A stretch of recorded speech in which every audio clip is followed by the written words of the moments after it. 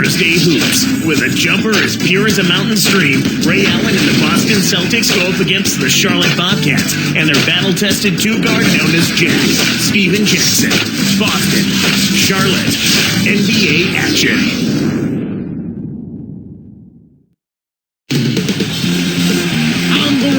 Looking for a win against an Eastern Conference rival. The Boston Celtics are ready for this one to get started. 2K Sports and the NBA welcomes you to our broadcast. This is Kevin Harlan with Clark Kellogg. And now the opening lineup for Boston. Garnett and Perkins in the middle. Ray Allen, Paul Pierce on the wings, and Rondo. And for the Bobcats, Jackson, Wallace, and Diaw are 2 through 4. Then there's DJ Augustine and Dampier. 31 wins for the Bobcats at home last year, Clark. Great job by them to defend their home court. Boy, it really was, Kevin. I mean, they struggled with that a year before. Still over 500, but with only 23 wins at home. So an 8-game improvement, that's huge. Now here's Rondo. Pass to Allen. Steven Jackson covering. Pierce over Diaw. The shot by Pierce will not go. And back to the Bobcats. That record at home, a big part of their first trip to the playoffs. No doubt about it. Absolutely, Kevin. I mean, that's what it's going to take for teams trying to get out of the lottery. Initially establishing yourself at home and then working on becoming better on the road. A moment to check in with Doris Burke. Doris? Yeah, I had a chance to speak with Coach Larry Brown. In his opinion, this game is all about trying to combat the effects that a terrific defense like theirs can have on your team. He said it's so easy to be intimidated by these guys, but we simply can't let that happen. We need to have the confidence to go right after them. We'll see how aggressive they are from the start, Kevin. Thank you, Doris. It's really a mindset, Kevin. You want to get into your defensive groove and find a way to stay there for the full game. Now here's Rondo.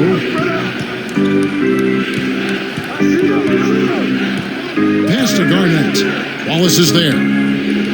With the fadeaway. Boston again missing.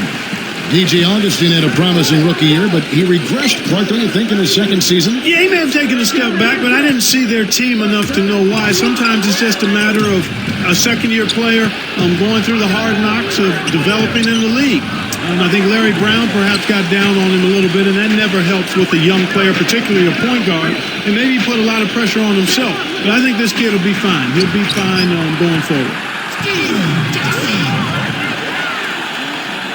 And here's Rondo. Just over 3 minutes left in the first. Back to Garnett. Diaw's there. Fades away. Again, Garnett missing.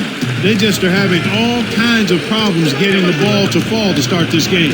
To the inside. It's stolen by Rondo. The Celtics on offense. Still without a basket. And the big-time jam. Let's see it again with the Sprite Slam Cam. Simply too much quickness there. You got to really move your feet to keep up with him. Here's Augustine.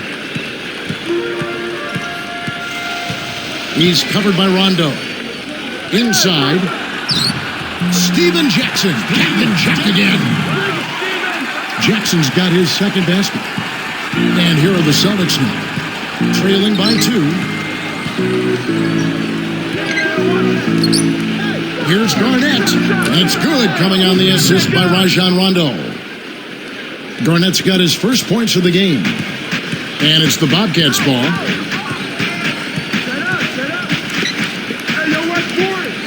Here's Dampier. Great D that time from Rondo. No, sir. It ain't that easy, son. Especially with a top-notch defender breathing right down your neck. Guarded by Jackson. And there's the whistle. Fouled hard on the shot. He'll go to the line. You know, Kevin, you talk about Rajon Rondo, and his defense gets a lot of attention, and deservedly so. They talk about how quick he is. What maybe doesn't get enough attention is his vision. He's got tremendous court vision.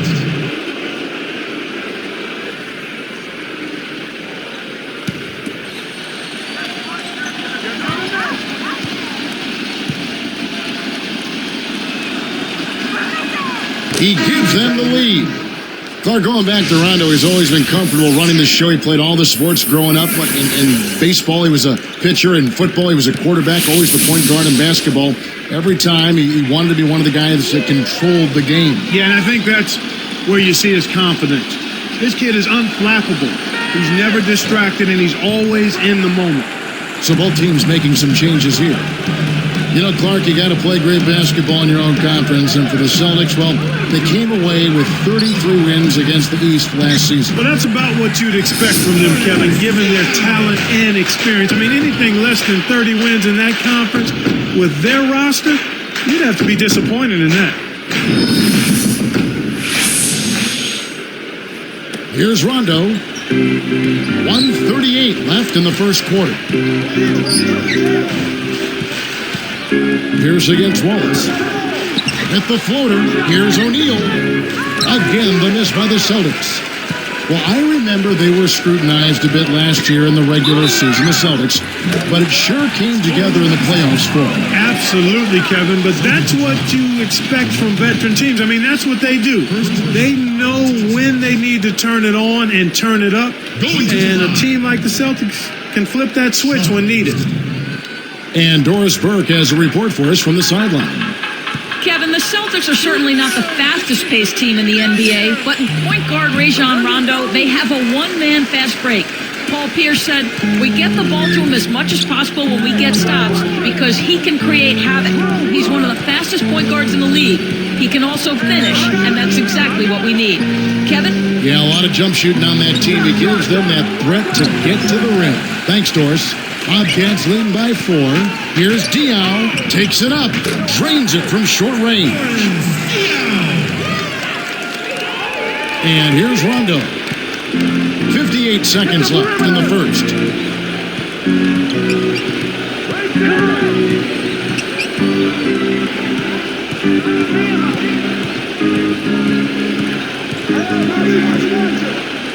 And O'Neal backs in. 4 on the shot clock. Can they get it? Rondo gets the bucket. Rondo's got 5 points so far.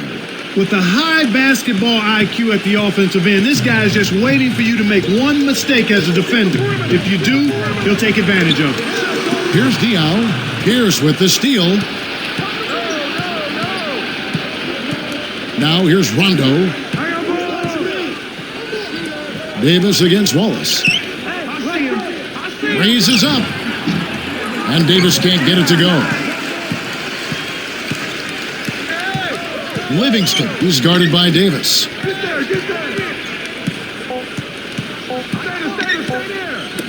Here's Jackson, and that's not going to fall for him. First quarter over, and big numbers up on the board. It's the Bobcats up 4. They're playing lockdown D, Kevin. As a coach, you can't ask for anything more. And it's more NBA action coming your way here on 2K Sports.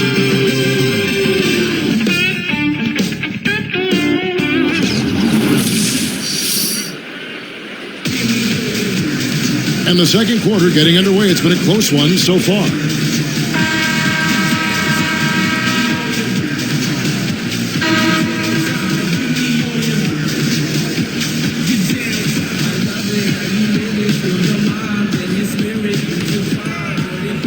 And the Bobcats have it. 4-point game. Thinking back to some of Jackson's quotes, he once said he thinks he's just as good as Kobe Bryant. What do you think of that, Clark? Well, that might be a bit of a stretch, partner. He is a terrific all-around player, though, and he has no fear of going against anybody in the league. I do know that. On the court for the Celtics, second quarter underway. Kevin Garnett and Jermaine O'Neal at the 4 and 5. Then there's Glenn Davis, and it's Rajon Rondo. And here are the Celtics now. The Bobcats making the shot. Stephen Jackson talks about his confidence. He does not back down at all. No, he doesn't. He got one speed, and it's full throttle and straight ahead. He plays with confidence, and he plays with an edge that you like to see. Clark, looking at Charlotte, they tied the Magic for the best defensive efficiency mark in the league last season. High marks for the Bobcats with their defensive-minded coach, Larry Brown. Exactly. You took the words right out of my mouth. If you're going to play for Larry Brown, you better defend. And he had a couple of outstanding defenders in Gerald Wallace and Stephen Jackson, guys that are versatile defenders. And when they made up their mind, they did a good job at that end of the floor. Garnett against Thomas from 17 feet out. You know, the defense has really stepped up here to start this game. I like that. They came out ready to take care of business at that end of the floor. Solid defensive work across the board. Garnett the pass to Rondo.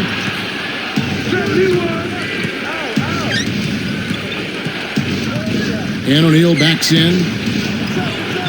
Doesn't get enough under it. That's not something you'll see very often. Got the mid-range jumper he wanted, but off target. And let's catch up with our sideline reporter, Doris Burke. Doris, over to you. Guys, Rajon Rondo hinted back in February of last season that there was turmoil in the Celtics locker room. He said every guy had to look in the mirror and had to hold themselves accountable. We've got to be a team with no agendas. In the locker room, you could feel it. You don't feel like it's the same continuity and camaraderie in the locker room as it was the first year. We've got to find a way to get that back.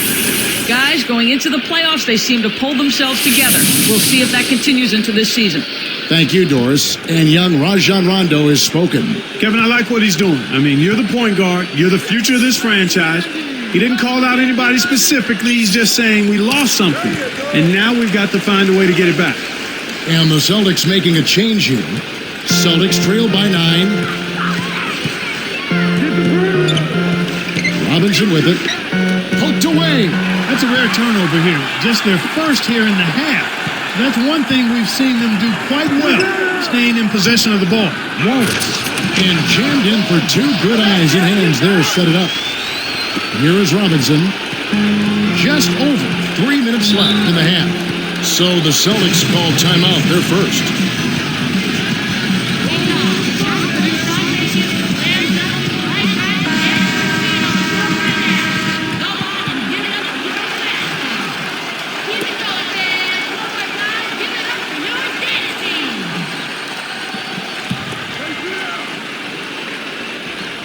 Here is Perkins. No points for him. Here's Pierce. Denial. On the wing, Steven Jackson. Arcs it high and almost gets it to go, so he'll shoot 2 here. First personal foul, 2 seconds. At the line for your Bobcats, shooting 2. Steven Jackson.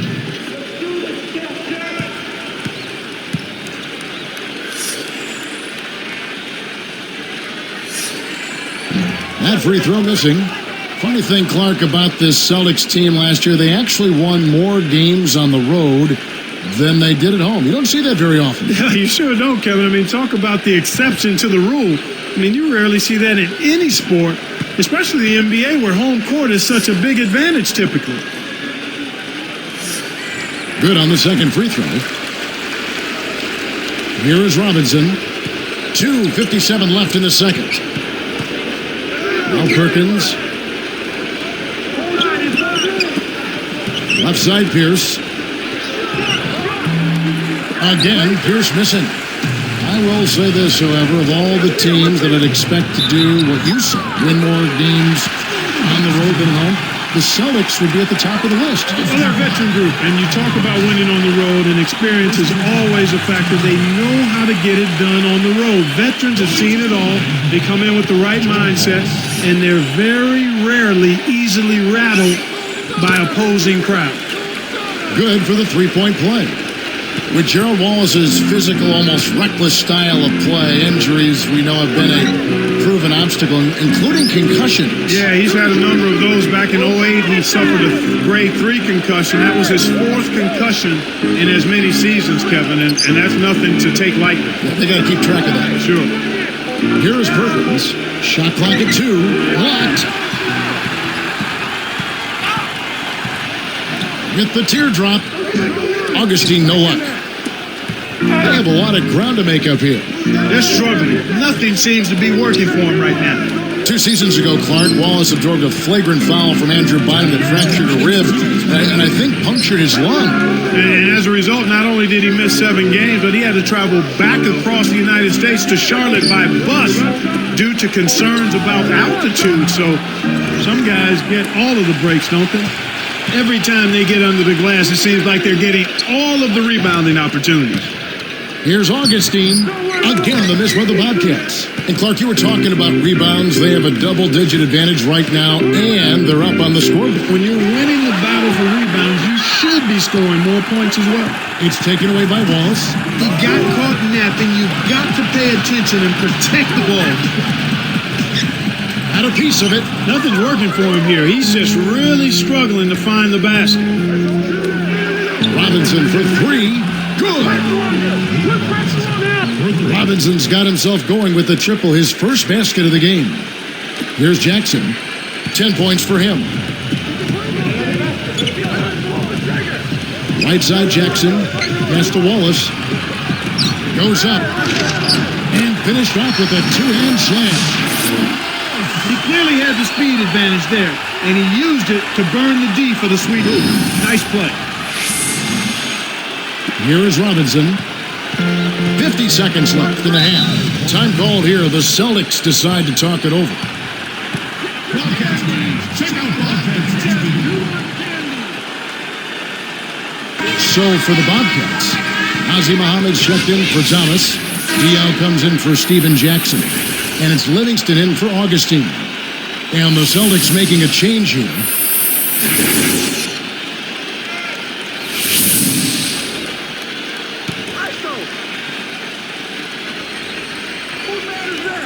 Celtics give up possession. You can't be careless with the ball. That's a loss of focus, plain and simple.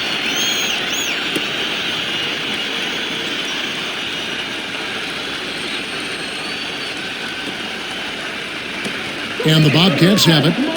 In the second quarter, they've given up just 3 points. And here is Diao. Now Muhammad. The steal. It's so easy to get the ball stolen, Kevin, if you're not paying attention. You got to keep your head locked into the defense and the game.